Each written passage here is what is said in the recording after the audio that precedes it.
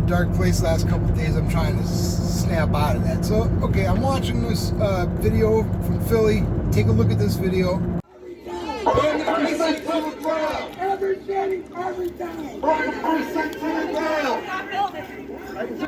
This kind of shit, man, like, what can you infer from this except for exactly what they're saying? Here's another Philly video. Check this one out.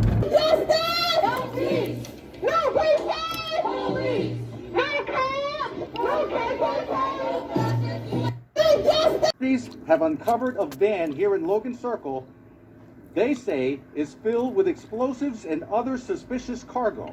Our camera captured what appear to be sticks of dynamite from the back cargo doors that were open. Authorities also say there are propane tanks and torches. Check out this one too. Oh, yeah, God. Case of those machines inside a West Philadelphia fresh grocery store. In each case, police say it's... So the one I was going to say about this is, you know, this makes sense to me. City's being looted. There's all kinds of people out. There's really no accountability for any crime you're going to commit. If you're going to go out and commit a crime, I mean, looting these stores is fucking dumb, in my opinion. You can get a couple of good things, maybe, but most of that shit is low-ticket items. It ain't worth getting caught over. I mean, it's not worth breaking the fucking window over. You cost them more money and damage going to the building. But, you know, I understand people aren't thinking logically to an extent. But if you're going to go out and do something, do this. I mean, blow up a fucking lock on an ATM. That makes fucking sense to me. If you're going to do something that's potentially worth it, is all that I mean from a logic standpoint. That's the kind of shit I think I would see more. You know, they're breaking into these pharmacies. Go fucking rob the pharmacy. Don't just rob the store.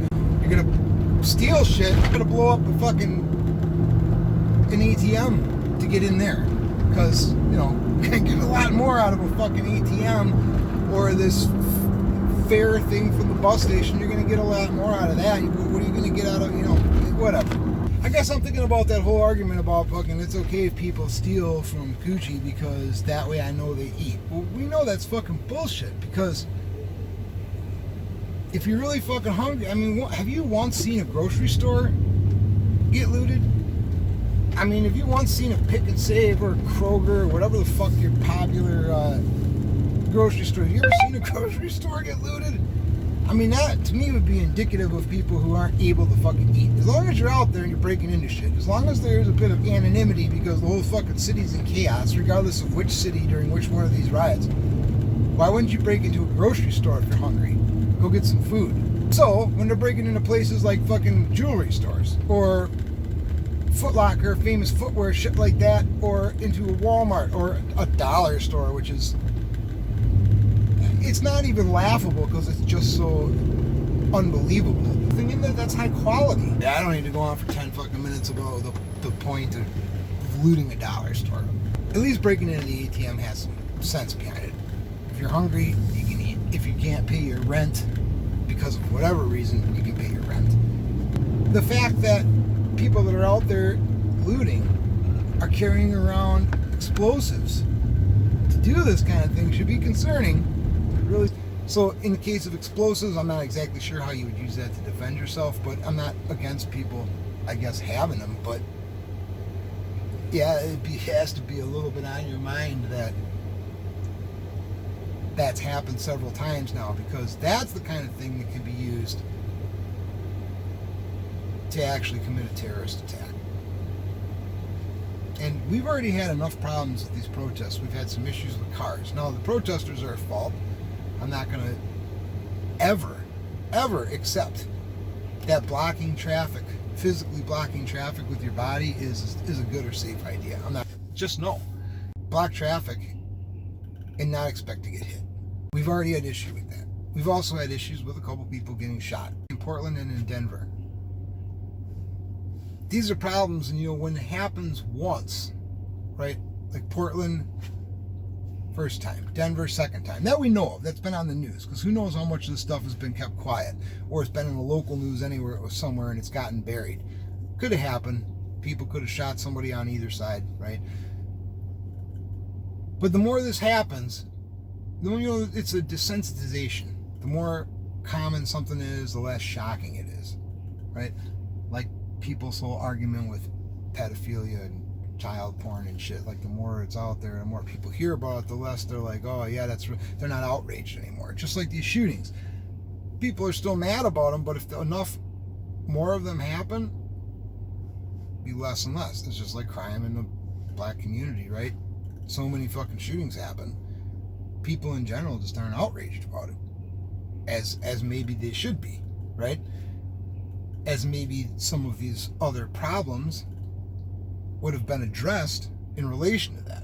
Let's take a quick look at the guy in Philadelphia that was the impetus for these things to kick off. So here's a few seconds of a video of that guy. Not of him getting shot, everybody's seen that.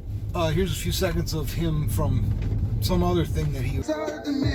I'm thinking I would never before I make it to heaven, but I keep a shooter with me and he stress me from Western. Mama say you make your bed, you gon' lie on your lesson. Good or bad, right or wrong, every day I come blessing. Hear my words when I speak, this a real confession. My youngin' shooting shit up, cause he labeled a peasant. If my bitch ain't acting right, she gotta change the direction. It's a cold war we living, man, they take my possession. Voices in my head telling me keep snapping, keep snapping. We fought some bitches in the band, no even though we trapping. They left my mom for possession, cause somebody was brand. We had a beam on the 38, nigga, we reckless. I hit Jonto with these shots, I told that nigga to catch it. Can't say that nigga name, cause I ain't getting convicted. I stay away from pussy niggas, pull up talking like bitches. Too hood to be Hollywood, so I'm feeling the trenches. Oh, I'm more the motto, nigga, follow that shit. She got my nut on her tongue, bitch, swallow that shit.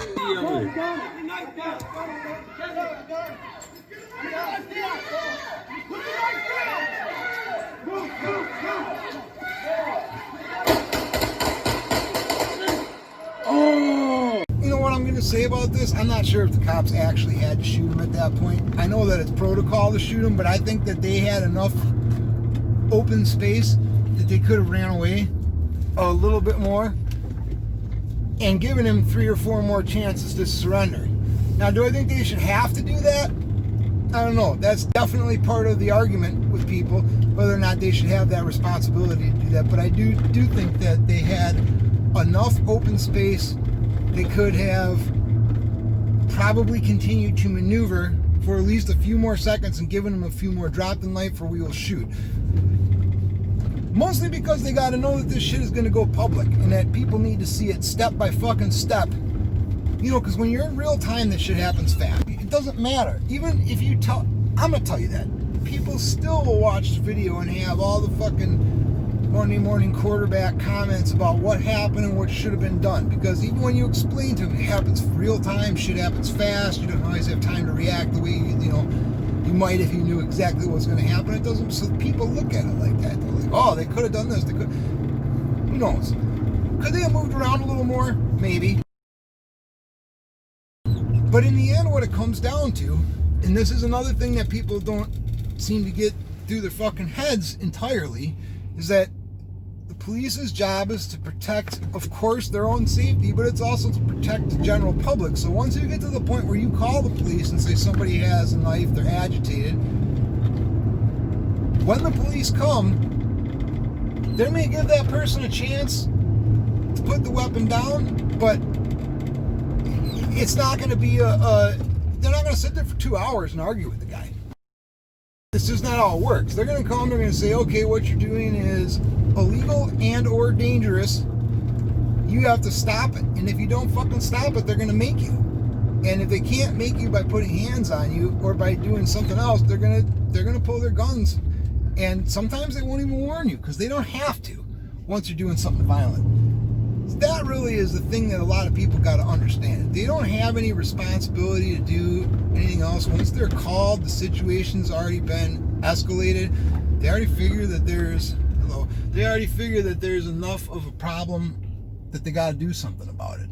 So that's how it goes. So the rule is, don't call the police on somebody unless you want the police to respond. I don't even know how to really say anything about this. When they said that they called the ambulance, they didn't call the police. Well, I'm not sure why you would call the ambulance. If you call an ambulance and say, this person's had a heart attack That makes sense. Ambulance shows up. You call an ambulance and say there's somebody who's having a psychotic break. They have a weapon and they're running around. Do you think that the ambulance is going to show up and assess the situation? That's not how it's going to work. They're going to call police dispatch and say, we got a call to go to this place. They said they're, and the police are going to go there first. So I'm going to say this, dude. Mental illness is it's not an argument. You can't say things like the police shouldn't be called, or the police shouldn't respond, or the police shouldn't respond with force when somebody's mentally ill. I guess first off, anybody is mentally ill when they're doing something unsafe, or when they're doing something violent, or when they're doing something criminal. Everybody is in some state of mental illness at the time that they're doing that. So it's really a non-argument. If someone is mentally ill, that's more of a cause to use force to subdue them, because people that are mentally ill are not able to respond to stimuli normally. So when somebody tries to be rational with them and say, put the knife down, put the gun down, don't jump off a building, don't jump into traffic or whatever, don't hurt your child, whatever it is that they're doing, they're less likely to respond to a rational, logical argument. What is a psychologist or a psychiatrist going to do? I mean, if you don't really know anything about psychiatry, psychology, or therapy because you've never had to go to a session with one of them, no discredit on their intelligence or on the field itself, but honestly, it's not like they have secret words that they use that all of a sudden snap someone who's having an episode back into reality and logic. They do the same thing the police do, except they do it quieter, and they don't have any way to defend themselves unless they happen to be a good fighter or carrying a gun. They're not saying anything different than the police are doing. They're saying, we need you to calm down. We need you to put down the weapon. We need you to stop. That's all they're going to say. The problem is that, like I said, they're not the ones who are paid to put their lives on the line to protect everybody else. So a psychiatrist, honestly, they show up and they see somebody is violent, has a weapon, they can try saying, hey, stop that. And then when they don't, they should just fucking leave. Why should they get killed over it? That's not what they're paid to do. See, the psychologists have to take on police work, or police have to take on some more psychology. I mean, maybe that's a reasonable thing for certain police in every department, every precinct, district, to have some psychology training. That would not be a bad idea, but it's still not going to change the fundamental aspects of a situation like this Walter Wallace, or other situations like Rashid Brooks or Jacob Blake. It's just not going to change what's happened. Once the cops show up and they tell you to stop, you have to stop. If you're talking about changing police work so that police just don't do this kind of thing anymore, then you're no longer going to have the community kept safe by the police. The police kind of become moot, useless. And as I've said before, if that's what everybody wants, you want to defund the police, right? If that means get rid of the cops, if that means just put them into such a low capacity role that they essentially don't do much except for show up in the aftermath and put together the pieces, like detective work, but without the hunting people down part. You know, make sure that the scene's wrapped up neatly. You want to do that, fine, but then everybody has to be armed. Everybody has to be armed and have the ability to protect themselves. And when somebody does protect themselves, they can't be arrested, dragged through the fucking coals, made to spend tens of thousands of dollars defending themselves because they legally protected themselves.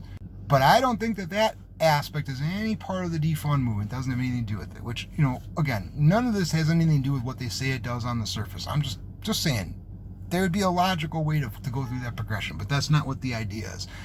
So as far as mental illness, no, there's no argument for it, man. I've committed crimes before, you know, mostly little crimes. I haven't murdered anybody, but dude, you know, in that moment, are you sane? Because what is the fucking parameters of sane? If you read the DSM, right, which is supposed to be the authority on it, they'll have a definition of what sane is, and I guarantee you that while you are in the midst of doing something like a rape, like a murder, you are not, even a robbery, you are not at that moment fitting the definition of sane. So everybody who's committing a crime is definitely temporarily insane. No problem with me carrying this in my pocket, but if I go into a gas station, I pull it out to open a package, that's one thing. But I pull it out, take the blade out, and start waving it around at people saying, you fucking people aren't going to vote for Donald Trump because you want this country, blah, blah, blah. Dude, I'm having a fucking lapse. I'm having an episode there, right? Somebody's going to call the fucking police on me, okay? And when the police come, knife's still in my hand, I'm still fucking ranting, and maybe I'm not a danger to anybody. I'm not really mad. I just want their attention. I've pulled this knife out to get their attention, to secure their fucking attention like a slap across the face. I have no intention of stabbing anybody. I might not even be able to stab anybody if they come at me while I'm doing that. But the point is, in that moment, I'm having a fucking bit of a break. All right? When the police come, when you see the police, when you see their uniforms, when they're at squad, when they are there and you hear, drop the knife or we're going to have to shoot you. Or you hear, drop the knife, or you hear, sir, you need to put that knife down, whatever the fucking way they say it is. When that happens,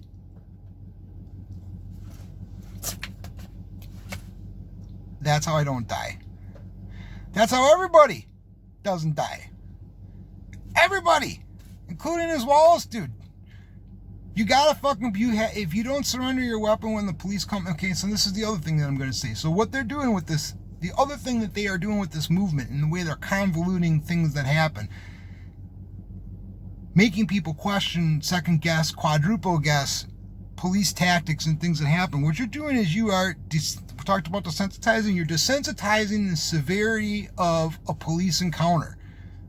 So now it's fall of 2020 and we've had 6 months of pounding on police and we see again and again and again people getting away with crimes, like Portland and Seattle, right? Just like crazy, they're getting away with crimes.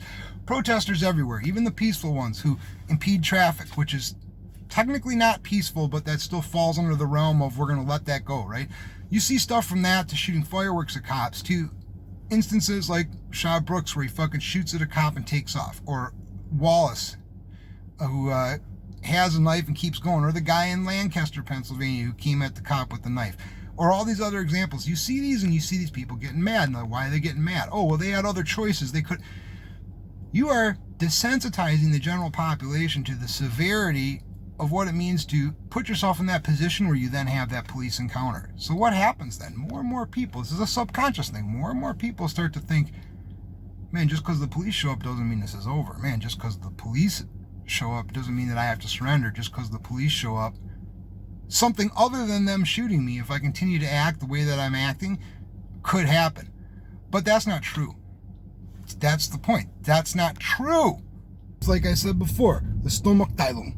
Doing the same fucking thing. It's propaganda. They keep making people believe, look at this. This is the core problem. This is the core problem. But they're problems that they cause. And they point to it. This is all it's always been. No, you're fucking making it worse.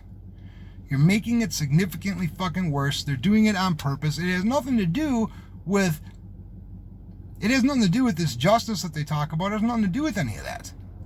It's never been about that.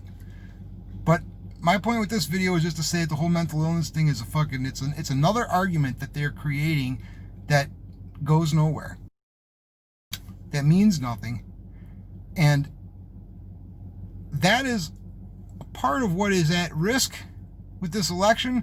That is a part of what is at risk with Biden being elected president. It doesn't even matter if Biden's ever even had this complex of a thought about this subject. It has nothing to do with that. It has to do with the people that have done all this shit. They essentially get away with it if Biden gets elected.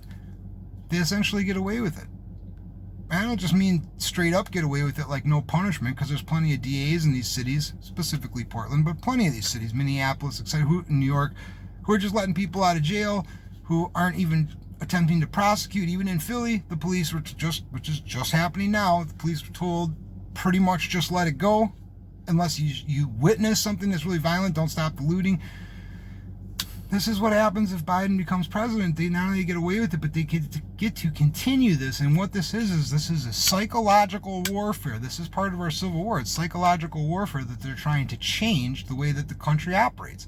Now, their end goal may be communism and not racial justice, as they claim on the surface, and we may know that, but it's hard to go from A to C and to show what B really is, because they're masking what fucking B really is. But so much hinges on it. It's just you have to make the right choice here. You don't have to like Trump. You can look at what he's done for the country. He's done good stuff, but you have to also see that the rest of this hangs in the balance. Additionally, all the racial discord that they're sowing, which is the shit I talked about yesterday. I'm sorry I was a little fucking down when I made that, and probably a little whiny, but it is what it is. It's not what they're saying it is. It is what it actually fucking is. It's actually that simple. And you have to make the right choice.